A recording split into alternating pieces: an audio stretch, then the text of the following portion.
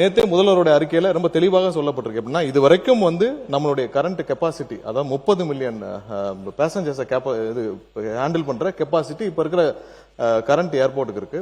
அது இல்லாமல் terminal 3 complete ஆச்சுன்னா இன்னொரு 5 மில்லியன், அதாவது இது ரெண்டும் சேர்த்தால் 35 மில்லியன் கெப்பாசிட்டியை நம்ம அடைவோம்.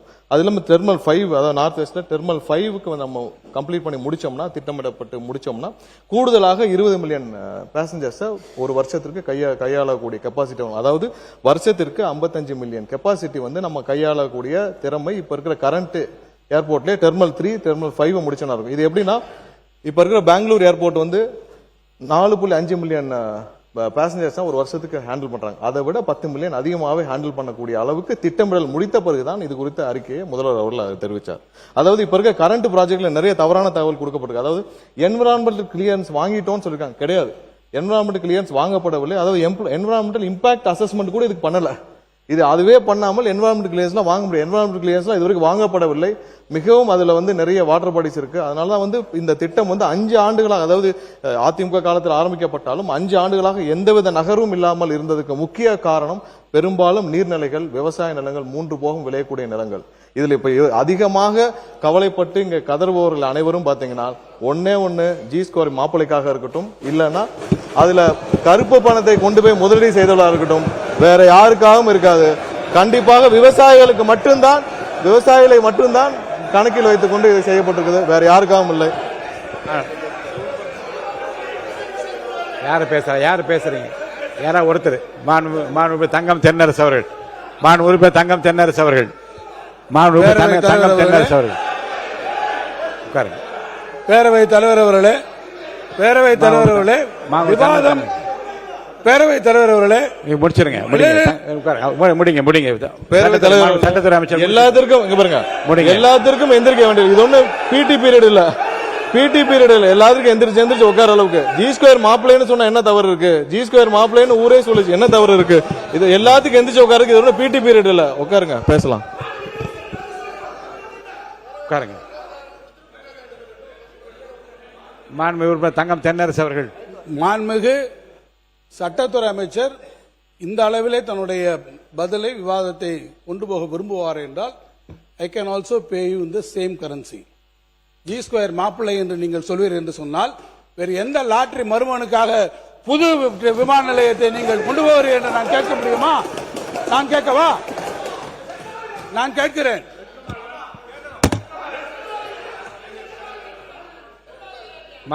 உட்காருங்க. என்னங்க மாண்புமிகு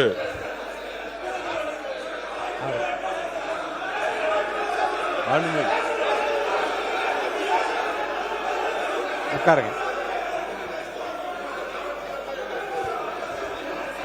அவர்தான் பேசணும். மாண்புமிகு பேரவைத் தலைவர் அவர்களே, உட்காருங்க. பேச அனுமதிக்கிறேன்.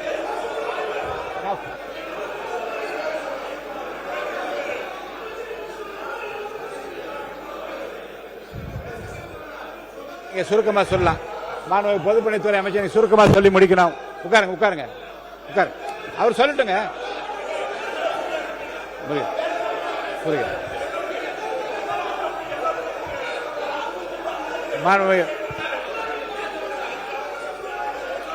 அவருக்கு முடிச்சிட்டுமே.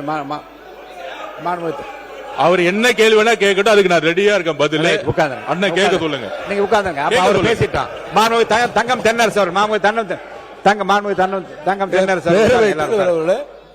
இல்ல அவரு இல்ல நான் என்ன சொல்றேன், நீங்க ஒரு ஆரோக்கியமா விவாதம் சொல்லு. உட்காருங்க. நீங்க சொல்றேன். நீங்க உட்காருங்க. பரந்தூர் ஏர்போர்ட்டை எதற்காக கொண்டு வந்திருக்கிறோம்? பரந்தூர் அமைக்கக்கூடியதிலே நான் நேற்று செய்தியாளர் சந்திப்பிலே கூட விவரமாக சொல்லி இருக்கிறேன். சென்னையினுடைய புவியியல் அமைப்பிலே வேற எந்த இடத்துக்கும் கொண்டு போக முடியாது. நேரடியா நாங்க உடனடியா போய் பரந்தூர்ல உடனடியா பார்க்கல. உங்களுடைய அதிகாரிகள் இருக்கிறார்கள், அவரிடத்துல கூட கேளுங்க. பரந்தூரை தேர்ந்தெடுப்பதற்கு முன்பு யார் அதுக்கு அப்ரூவல் கொடுக்கணும்? அப்ரூவல் கொடுக்கணும். எத்தனை சைட் நாங்க போய் பார்த்திருக்கோம்? சோழிங்கநல்லூர்ல பார்த்திருக்கோம், படாலத்தில் பார்த்திருக்கிறோம், பன்னூர்ல பார்த்திருக்கிறோம். ஒவ்வொரு இடங்களிலும் ஏற்கனவே பல இடங்களிலே அதை ஆய்வு செய்து அது ஏற்றுக்கொள்ளவில்லை. ஏர்போர்ட்ஸ் அத்தாரிட்டி ஆஃப் இந்தியா ஏற்றுக்கொள்ளவில்லை. காரணம் நேற்றே நான் விளக்கி இருக்கிறேன். சென்னையினுடைய கிழக்கு பகுதியிலே வங்கக்கடல் இருக்கிறது, அந்த பகுதியில் நீங்க போக முடியாது. நார்த்துக்கு போனீங்கன்னா ஒன்று மணலிலிருந்து எண்ணூர்லேருந்து எல்லா இண்டஸ்ட்ரியல் எஸ்டேட்ஸ், அந்த பக்கம் பழவேற்காடு ஏரி சூழலியல் பிரச்சனைகள், அந்த பக்கத்தை நார்த்தில் போக முடியல. சவுத்துக்கு போறீங்க, சோழிங்கநல்லூர் போய் பார்க்குறீங்க, அது தாம்பரம் ஏர்பேஸோட நேராக வருது. அதோட ஏர் ஸ்பேஸுக்குள்ள நம்ம வைக்க முடியல, ஏன்னா பிகாஸ் அது டிஃபென்ஸ் இதுக்குள்ள இருக்கு. அடுத்து தள்ளி போனீங்கன்னா அந்த பக்கம் கல்பாக்கு அனல் மில் நிலையம், இந்த பக்கம் போனீங்கன்னா வேடந்தாங்கல் பறவைகள் சரணாலயம், எந்த பகுதியிலும் அங்கே போக முடியல. அது ஏற்றுக்கொள்ளவில்லை, இந்த இடங்களை எல்லாம் ஏற்றுக்கொள்ளவில்லை, ரிஜெக்ட் செய்கிறார்கள். அடுத்து எங்க வர்றோம்? வெஸ்ட்டுக்கு தான் வர முடியும். வெஸ்ட் சைடில் போகும்போது தான் நம்ம 2 இடங்களை பார்க்குறோம். பன்னூர் ஒன்று பார்க்குறோம், பரந்தூர் ஒன்று பார்க்குறோம். பன்னூருக்கும் பரந்தூருக்கும் இடையில 2க்கும் நடுவில் நம்ம கம்பாரிசன் ஸ்டடிஸ் வருது. என்னென்ன விஷயங்களை பார்க்க முடியும்? ஒன்று டெக்னிக்கல் ஃபீசிபிலிட்டி பார்க்கலாம். ஒரு இடத்த பார்க்கும்போது டெக்னிக்கல் ஃபீசிபிலிட்டி, அந்த இடங்கள்ல பெரிய பெரிய EHVT லைன் இருக்கா, வேற ஏதாவது பெரிய இண்டஸ்ட்ரீஸ் இருக்கா, அதை ரீலோகேட் பண்ணக்கூடிய விஷயம். இன்னொன்று மிக முக்கியமாக, ஒரு இடத்தை வருகிற போது எந்த இடமாக இருந்தாலும், எந்த தொழிற்சாலை, சிப்காட்டாக இருக்கலாம் அல்லது ஏர்போர்ட்டாக இருக்கலாம், எந்த இடமா இருந்தாலும் அடிப்படையில் நமக்கு நிலம் வேணும் இல்லையா? அந்த நிலத்தில் போகும்போது யாராவது ஒருவரை டிஸ்லோகேட் போக வேண்டும், அங்கே இருந்து மக்களை மாற்ற வேண்டும் என்றால் யார் எந்த இடத்தில் மிக குறைந்த அளவிலே மக்கள் அதனால் பாதிக்கப்படுவார் என்பதை கணக்கெடுக்கணும். அப்படி எடுக்கிற போதுதான் பரந்தூரை நாம் அந்த இடத்தை தேர்வு செய்ய வேண்டிய நிலை வந்து. இன்னொன்று காஸ்ட் ஆஃப் லேண்ட், இதெல்லாமே பல காரணங்கள். இவ்வளவும் பண்ணிதான் பரந்தூர் எடுக்கப்பட்டதை தவிர மாண்புமிகு பொதுப்பணித்துறை அமைச்சர் சொன்னதை போல அதில் எந்த விதமான ஒரு உள்நோக்கங்களும் நிச்சயமாக இல்லை என்பதை நான் திட்டவட்டமாக தெரியவில்லை.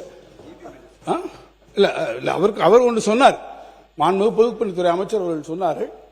அதுல அதுக்கான முழுக்க டெக்னிக்கல் ஃபீசிபிலிட்டி. அரசாங்கங்கள் ஈடுபடுது, நாங்க மட்டும் கிடையாது. ஒன்றிய அரசு இத்தனை இடங்களையும் பார்த்ததுக்கு பிறகு ஒன்றிய அரசு இறுதியாக அவர்கள் அப்ரூவல் கொடுத்தது, நம்முடைய சிவில் ஏவியேஷன் மினிஸ்ட்ரி ஃபைனலாக அப்ரூவல் கொடுத்தது பரந்தூரிலே கொடுத்தாரு. எனவேதான் பரந்தூரை நாம் எடுத்துக்கொண்டிருக்கிறோம். இப்ப நீங்க சொல்றீங்க நாங்க இன்னொரு இடத்தை பார்க்க போறோம். போய் பார்க்க போற இடத்துல இதே சூழ்நிலைகள் வரும், இதே இடத்துல வரும். விவசாய நிலங்கள், இப்ப நீங்க எப்படி இருந்தா நிலங்களுக்கு போவீங்க, அங்க போகும்போது இதே இவாலுவேஷன் நீங்க பண்ண வேண்டி இருக்கும். நீங்கள் பண்ணுங்க, நாங்க அதை பத்தி பார்க்கல. இந்த ப்ராஜெக்ட் இத்தனை வருஷத்துக்கு அப்புறம், இவ்வளவு நம்ம டிராவல் பண்ணி வந்ததுக்கு அப்புறம் இன்னைக்கு நீங்க விட்டுட்டீங்கன்னா இனி இது எப்ப வரப்போகுது? சரி, சென்னை இருக்கக்கூடிய எக்ஸிஸ்டிங் விமான நிலையத்தை நீங்க நாங்க பண்றோம்னு சொல்றீங்க. எத்தனை பேர் அங்க, நீங்க எப்படி செகண்ட் ரன்வே அங்க எப்படி வரும்? இதே ஜியோகிராபிக்கலா டெமோகிராபிக்கா சென்னையில் இருக்கக்கூடிய எக்ஸிஸ்டிங் ஏர்போர்ட்ல எவ்வளவு பெரிய பிரச்சனை வரும்? எத்தனை பேரை நீங்க மீனம்பாக்கத்துல இருந்து டிஸ்லோகேட் பண்ணுவீங்க? அதனுடைய டென்சிட்டி ஆஃப் பாப்புலேஷன் நீங்க யோசிச்சு பாருங்க. சுற்று வட்டாரத்தில் நிறைய பிரச்சனைகள் இருக்கு. ஆகவே நாங்கள் சொல்வது, பரந்தூர் விமான நிலையத்தை நீங்கள் முடக்குவது. முடிச்சிடறேன் மினிஸ்டர். இல்ல அதுல நாங்க சொன்னதுபடி நீங்க ஏற்கனவே முடிச்சிடறேன், ஜஸ்ட் கன்க்ளூடிங். ஆக ஏற்கனவே அங்கே இருக்கக்கூடியவர்கள் ஏறத்தாழ 2500 மேற்கொள்ள பட்டா நிலங்களை வைத்திருப்பவர்களுக்கு காம்பன்சேஷன் கொடுத்து அக்விசிஷன்லாம் முடிந்து ப்ராகிரஸ் எல்லாம் வந்ததுக்கு அப்புறம் இந்த திட்டத்தை கைவிடுவது என்பது தமிழ்நாட்டினுடைய ஒட்டுமொத்த பொருளாதார வளர்ச்சிக்கும் அது நிச்சயமாக எதிரானதாக இருக்கும். அந்த வளர்ச்சிக்கு உதவாது. நீங்கள் சொல்றபடி 1.5 ட்ரில்லியன் அமெரிக்கன் டாலர் எக்கானமி என்பதை ஒருபுறம் நீங்கள் சொல்லிக்கொண்டே இன்னொரு புறம் அதற்கு எதிராக செய்கிறது என்பதுதான் எங்களுடைய நிலைப்பாடு. அதைத்தான் நாங்கள் விளக்கியோம். மாண்புமிகு சட்டத்துறை அமைச்சர், மாண்புமிகு பேரவைத் தலைவர்கள் மீண்டும் அந்த தவறான தகவல் தான் பதிவு செய்து அவருக்கு சொல்லிட்டான். இல்ல முடிச்சிட போயிடுறேன். இல்ல இவர் அவருக்கு சொல்லிட்டோம், பதில் சொன்ன பிறகு உங்களுக்கு அனுமதி தரேன்.